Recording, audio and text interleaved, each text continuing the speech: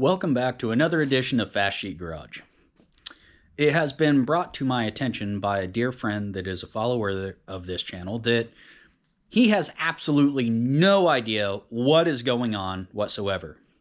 And other than the four of you that have actually seen my very first video on this channel, you'll realize that I rebranded immediately, kind of just by chance. Previously, I called this channel Raid Concepts, and then immediately changed to Fast Sheet Garage. Now, I am Dan Dyer, and the reason why I rebranded to Fast Sheet Garage is literally because of a joke. Long story short, one of my grade school teachers misspelled my last name to Dryer, and then it just kind of play on words, dryer sheets and fast and stuff like that. So, yeah. Name of this channel is because of dryer sheets. I'll probably never be able to bounce back from that. Fast build sheets, fast time slips, whatever. Yeah, that's it. Anyway, but basically, I'm a gearhead. Been a technician for over a decade now. Been into cars all my life.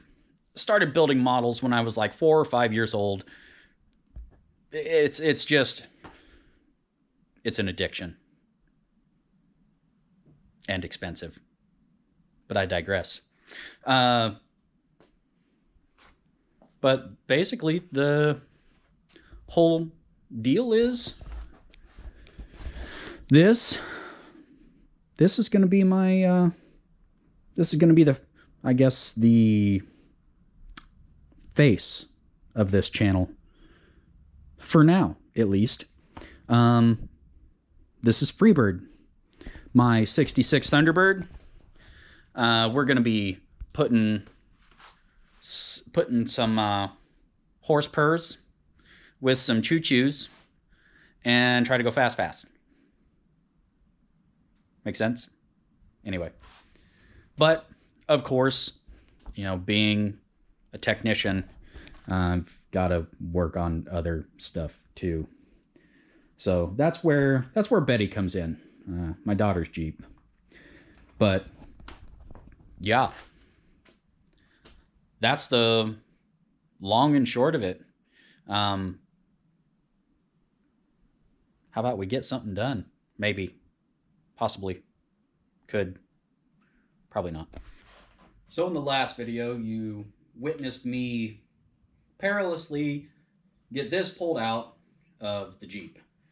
And now we've got a nice day, and it is time to get these separated, try to get this one up on a stand, and eventually get the transmission tore down. So let's get to it. Gonna need a screwdriver.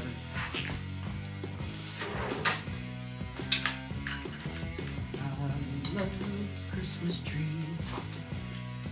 Really.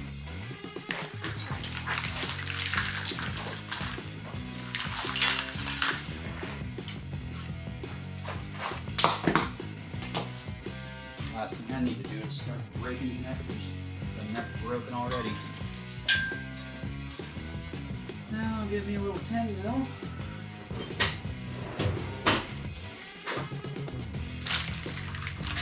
MDS solenoids, and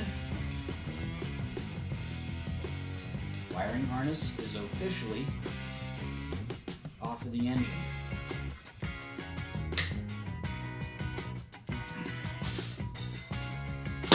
Uh-oh.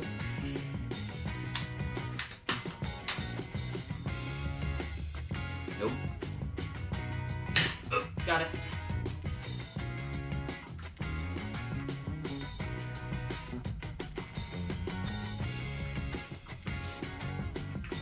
Sometime today, or not. Got it. Always put bolts back in place when I can. That way I don't lose them.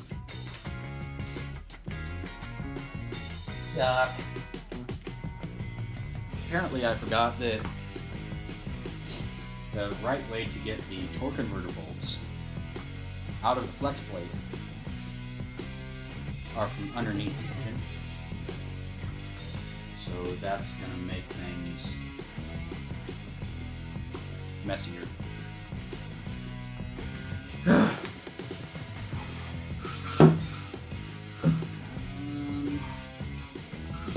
Higher, please.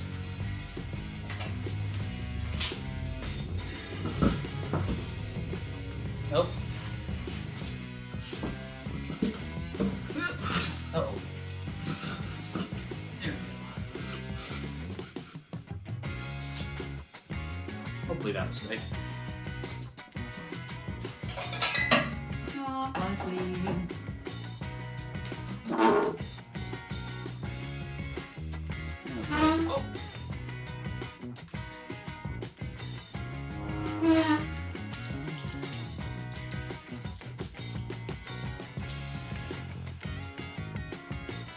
Should have repositioned my clevis before I started doing this.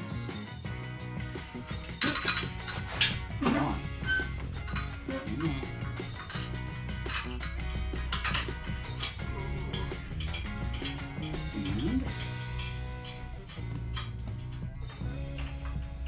And hopefully that's good enough. Right. Let's pick this back up. It's getting hot.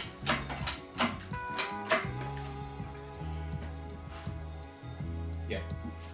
So real quick, before I take this off, Milani Strong. If you know, you know. There. Get a layer off, much better. Let's see if I can get to this. No. Maybe with a shower.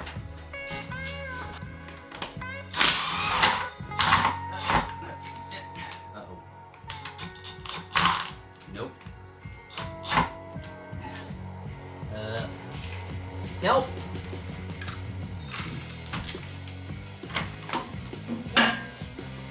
Oh, got it. Got it. Alright. Oh. Not tasty.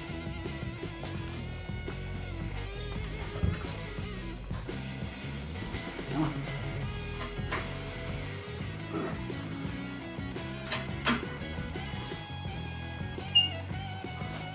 Let's not fall off the back here.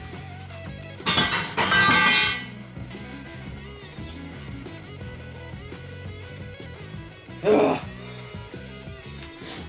I love my garage, and at the same time I hate my garage. So,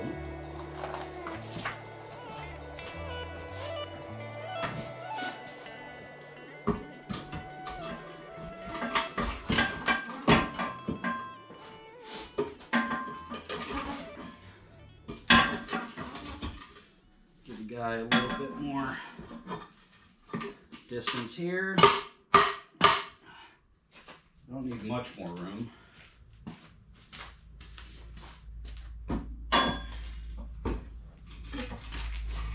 If you're wondering what's going on, my garage happens to be two car garages built one in front of the other. Not my design, it's how I bought it. And it just so happens that the rear garage, or I think this is the new garage, maybe, probably. The floor sits 3 inches lower than the original garage. So, makes this difficult. But, I'll work with it. It's what I got. It's better than what I had.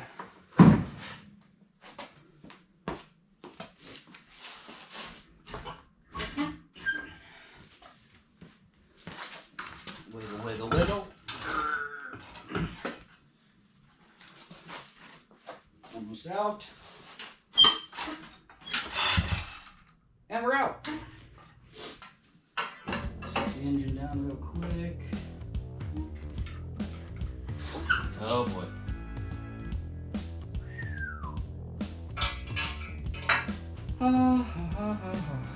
Yeah.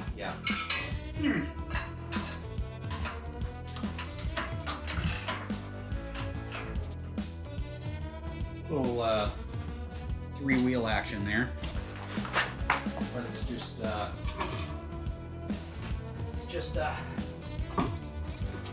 fix that real quick. Hey, here. Now I can loosen the sphincter a little bit. Got that settled for the moment. You're gonna have to come off, if otherwise I can't put you on the stand. I'm not gonna get you down there.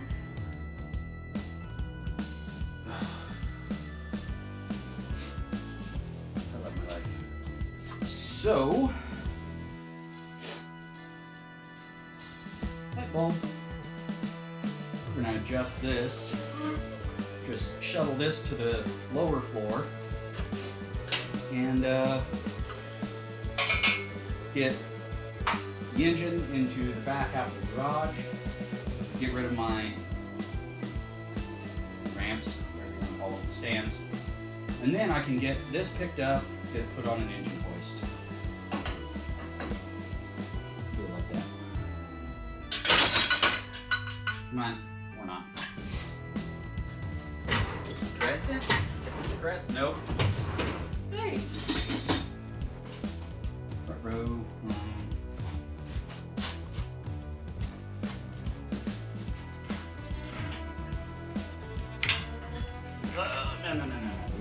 No. You just sit right there.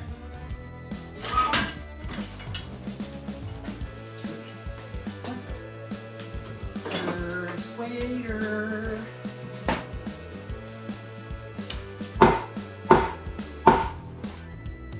Go. Please. Not.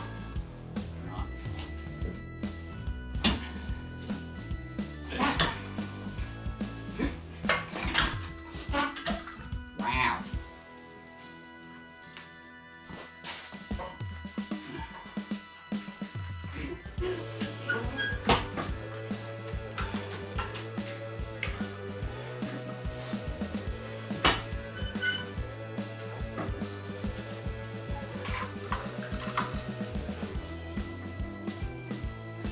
Really? Set this bad boy down right here. Hopefully. I think that might be a win.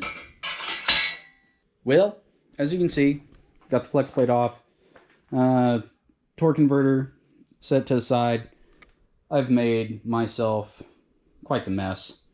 So, what I'm going to do is I need to go do some kid stuff. Then I can pick up some bolts to put this on the engine stand because I plain forgot to even pick any of those up. I also need to pick up some oil dry or clay kitty litter, something cheap, so that I can clean up my little mess here. And, well, I've got more than just that for a mess, so we'll get back to you. All right. Back from doing the kid stuff. I got me some cheap kitty litter and some hardware from the Maynards so that I can get the engine on the stand and see what I got going on. I'm probably not going to tear too far into it tonight because I need to bring my leak down tester home so that I can check the rings, because this thing is a profuse oil burner. So I want to know if it's PCV system, if it's valve seals, or if oil's getting past the rings. I would really like for it to not, because I would like to not have to put pistons in. But I might have to. That was a little less complicated than what I thought it was going to be. Let go! Or, you know, maybe if you went the right direction, that would help things. Nope. There we go. Maybe. That got it. I bet you I bought the wrong hardware. Sure as... I absolutely did. No way. So, 15mm head.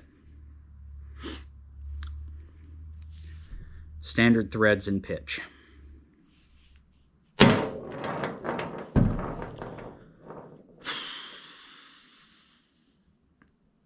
On the bright side, I might have some hardware for this.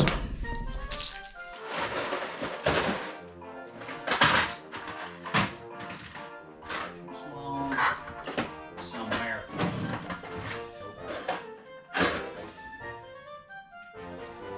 Yep. Way too long.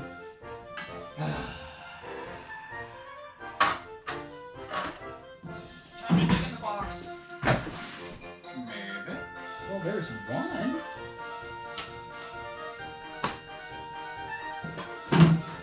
I think all is not lost. I found 2 bolts that'll actually bolt into the bell housing on the block. And I have nuts for the hardware that I bought to go through these bottom holes possibly. After spending quite a bit of time looking for hardware to be able to bolt the bracket to the block so that I could put it in the engine stand, I finally got it.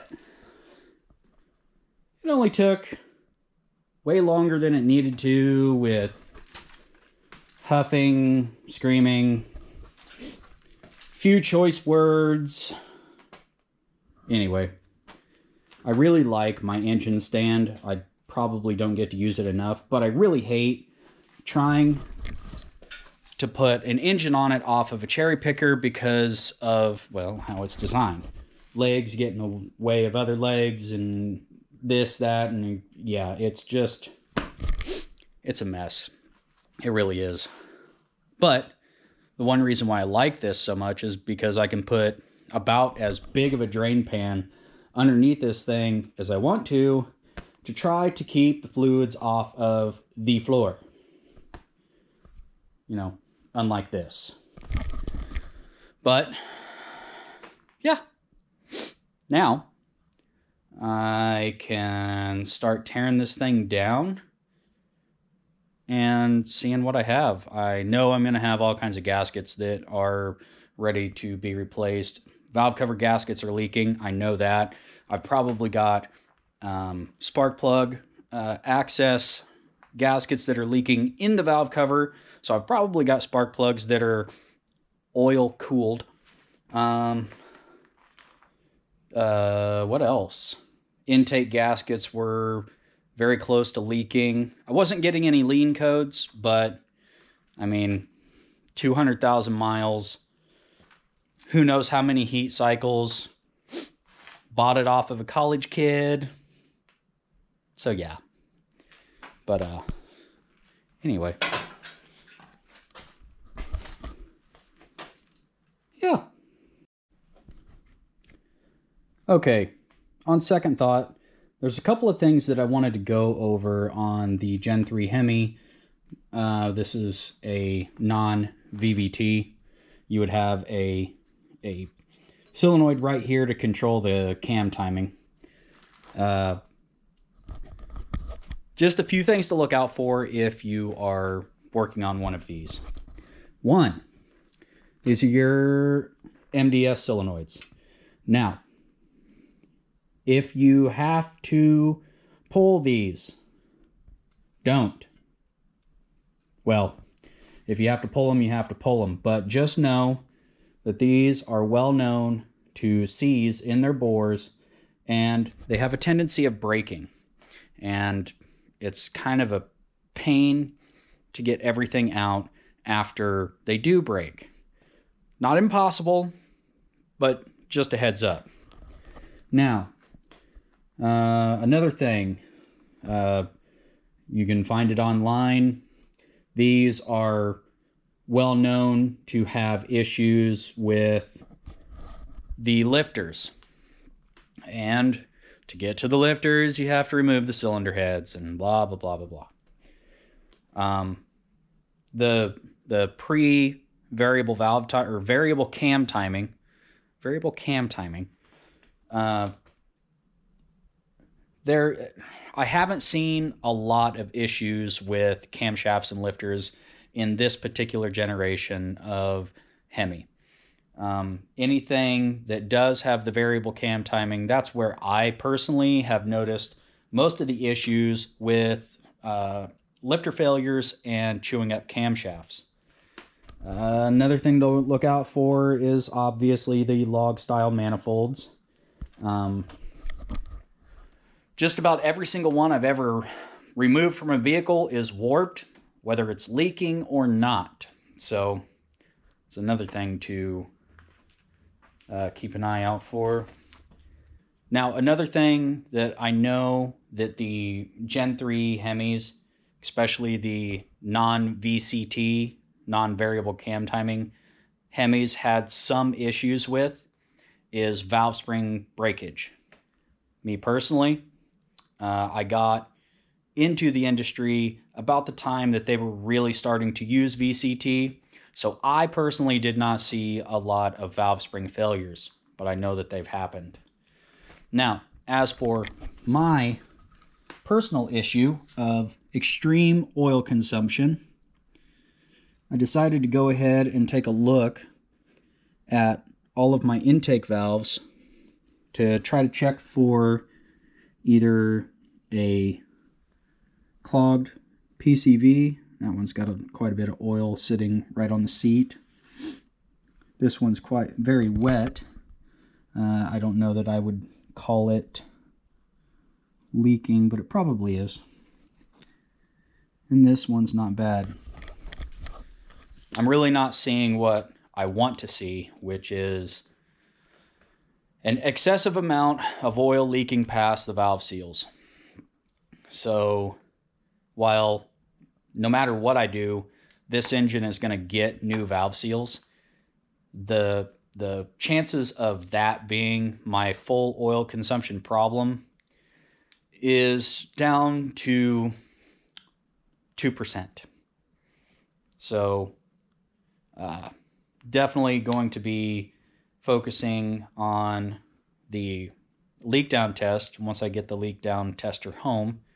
And if that passes, then I know I have a clogged PCV valve, and it's just sucking oil into the intake system. But at the same time, that could be because of excessive crankcase pressure caused by blow-by, which means pistons. So yeah, I really wanted the seals to be frayed and just dumping oil down the intake runners, but I didn't get my wish. All right, well, apparently I forgot to turn on my camera. So we've made a little progress, and I've got a few more little updates here. Got all the spark plugs out, checking them out to see how bad they are. For the most part, they look okay until we get to like right here. You can tell that one has quite a bit of stuff on it. Well, maybe you can, but it does. And also, you know, oil cooling. So these right here, leaking bad. These are really oil cooled, but yeah, definitely burning oil on cylinders 3, 5, and what else? 2. Over here wasn't that bad. Number 8 is meh. 6 good, 4 good, 2 not good. Definitely burning some oil. Here's a dead giveaway that your exhaust manifold is warped because the hardware will actually separate. As you can see, that's broke off. That should be easy enough to get out, especially since I've got it on the bench or on the stand. So that's going to be an easy fix. I have heard that you can have these planed to give you a nice flat surface. It's a little bit sketchy. Most of the time I would recommend replacing them. I really wouldn't just slap a new gasket on and send it. But if you're in a pinch, you're in a pinch. Do what you got to do. Make your decisions. What else? Oh, now, see here, just beehive valve springs. Nothing fancy, special, or anything about that. But over here on the even bank, we've got like these spring buckets on here. So one of these cylinder heads has been worked on previously. I imagine the odd bank has likely been replaced. Unfortunately, I don't see a reman sticker anywhere on it to give me any indication of it being the one that got replaced. I do have this mark here, so maybe the even bank cylinder head came from a salvage yard. I don't know. But for the most part, everything in here is looking normal for 200,000 miles. It's not overly grody, but it's probably missed an oil change or two throughout its life. Or should I say, missed a timely oil change once or twice throughout its life. So yeah. But unfortunately, I don't have my leak down tester here with me. So that's going to put me to a halt for tonight and for the next couple of days, really. Oh, another thing, as you can see here, yeah, that was not it. It don't fit. It's not supposed to. These don't roll. You don't roll these. It's not a great idea. But yeah, that's not supposed to. It doesn't do that. This is kind of what they're supposed to look. That's a little deformed. This is kind of what they're supposed to look like. This is not what they're supposed to look like. And to be brutally honest, these valve covers, I didn't even really have to pry on them that much. So the seals have shrunk, are hard.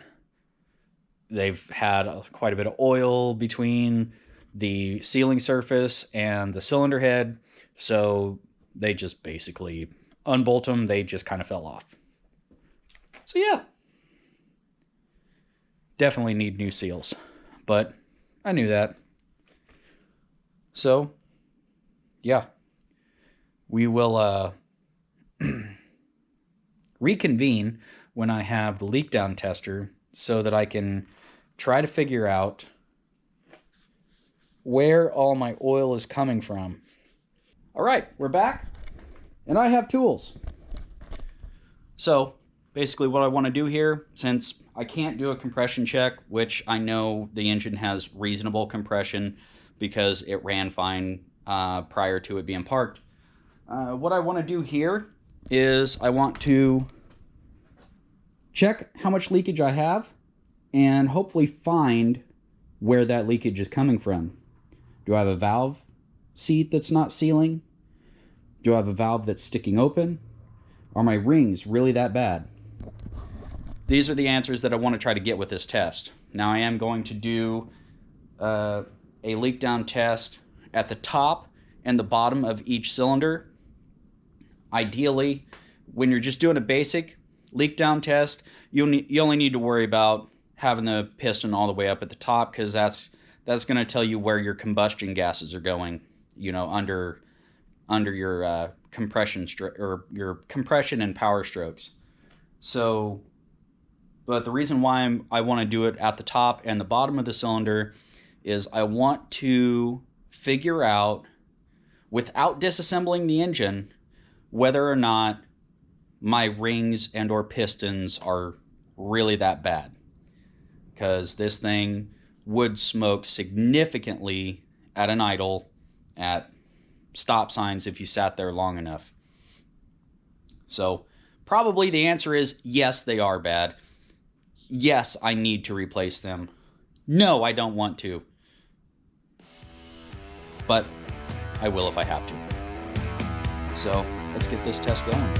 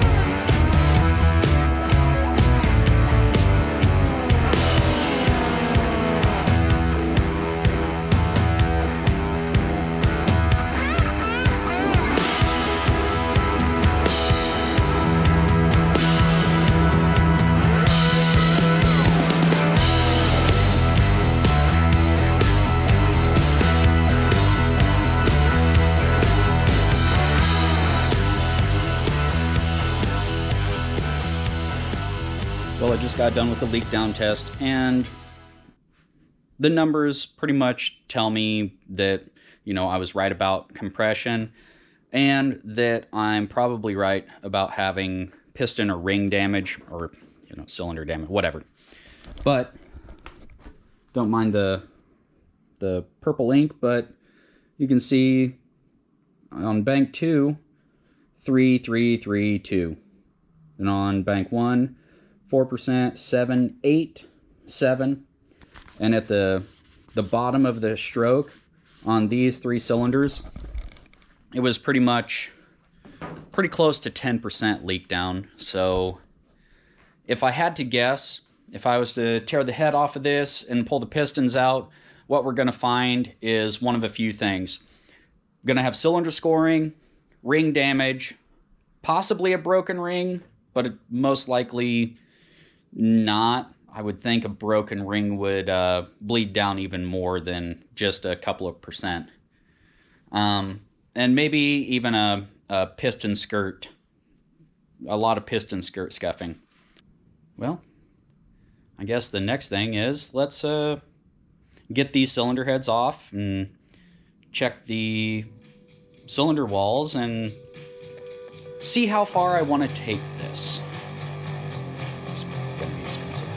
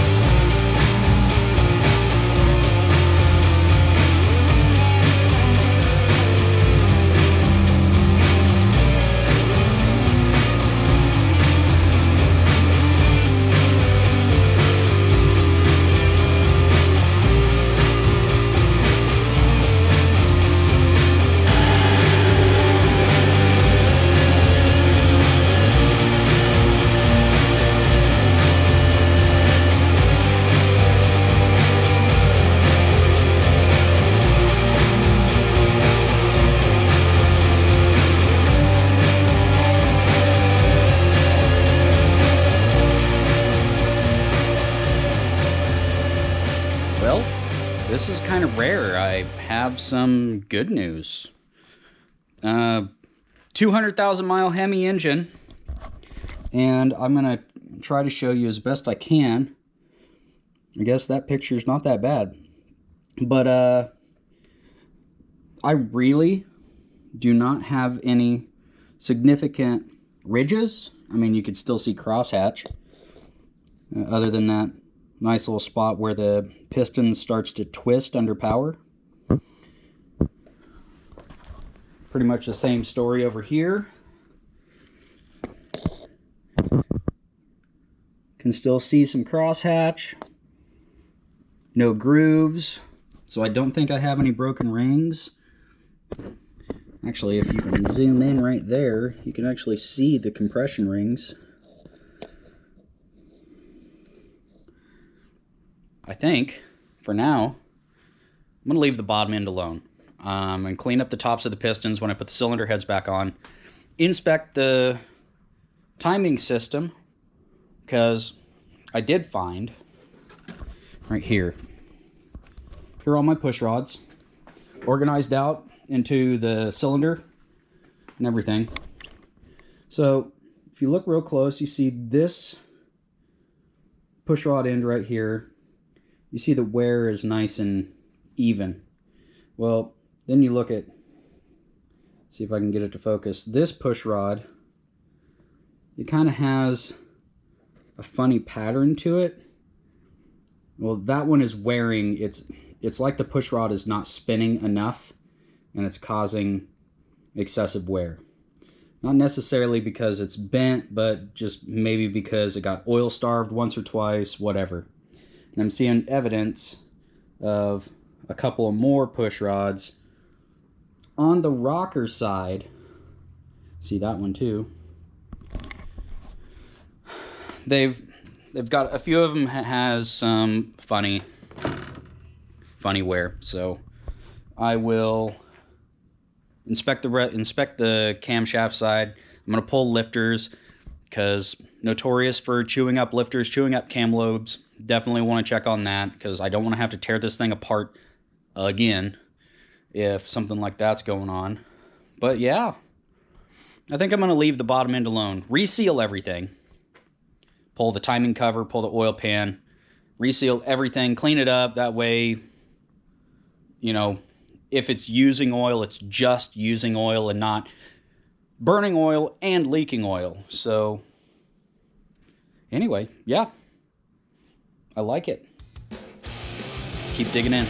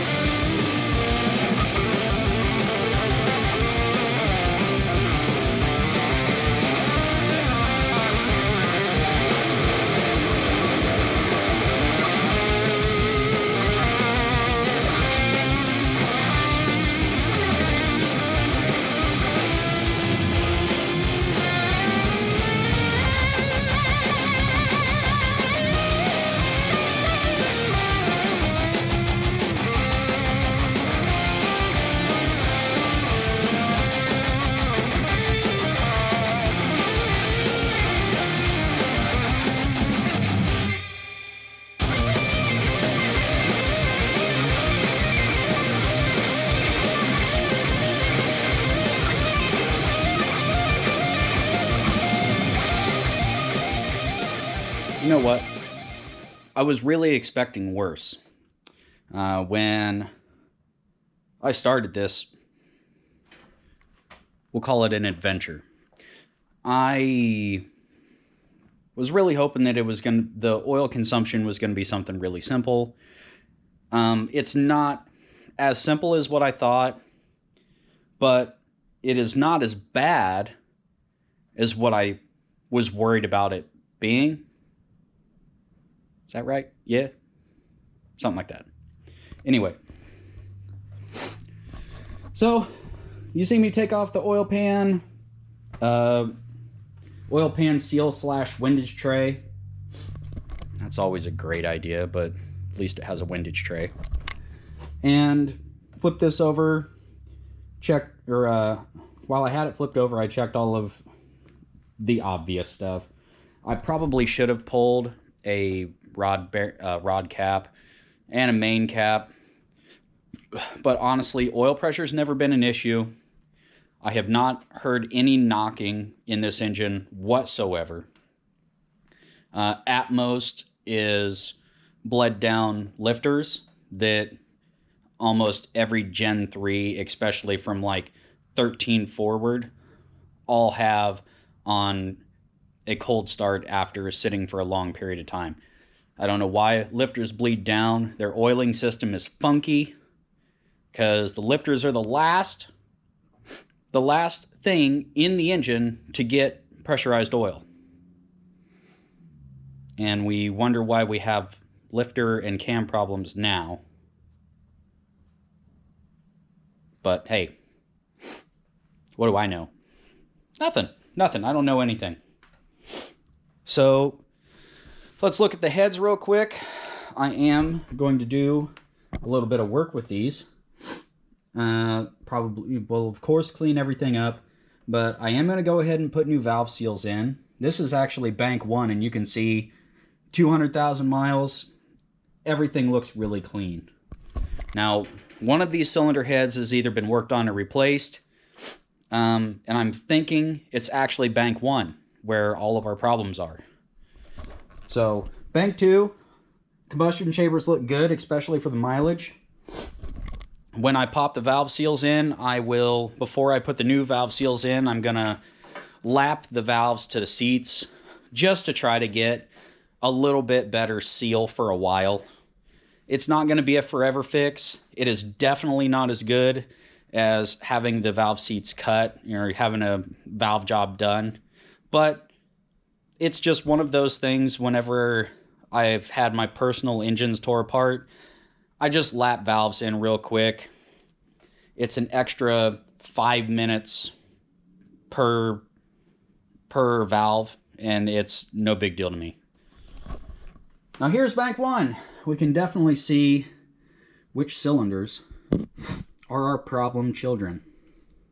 So definitely 3, 5, and 7 all have been consuming quite a bit of oil for a fair amount of time. Cylinder 1 looking pretty good. But, let me put it to you this way. A Rock Auto rebuild for this engine, that's minus camshaft, lifters, and push rods. That's all seals, rod bearings, main bearings, pistons, rings. You're looking at about $800 before shipping. So, who knows? Probably $1,000. So, it's not really that big of a deal, but I'm broke. Don't have the budget. So, I'm just trying to save money where I can and just get this back on the road for my daughter. Hopefully she gets a few years out of it, drives it into the ground, whatever. I just want to get a little bit more out of this vehicle. So, gonna order the damaged push rods, seals, all the seals that I need. Gonna leave the camshaft alone. The lifters look good. By the way, I do not know what they changed, but it seems like from about 2010, maybe 2011 forward, on the Gen 3 Hemis, they just all started eating lifters and camshafts. And one thing I wonder is if they went from a bushed roller to a needle bearing roller, because all of the Hemis and whatnot that we see problems with, they all have needle bearing rollers. If anybody knows the actual answer to that, just leave it down in the comment. That way, hey, I can learn something too. I actually started the professional automotive industry in first day of 2011 in fact. So I definitely don't know everything. I'm learning every day, and I don't know. I just like to tear stuff apart, put it back together, make it better if I can. You know what I mean? So, you know what? I think that's going to cover it for the teardown. I will come back, make a new video when I get parts ordered here. I'll probably clean everything up off camera. If you want to see the cleanup, just let me know. Otherwise, yeah. One step closer to getting to FreeBird. I'm really wanting to work on this bad boy, but where am I going to put parts? You know what I mean? Where am I going to put parts? I just don't have enough storage. I never have enough storage. Anyway, I'm Dan, and this is Fast Sheet Garage.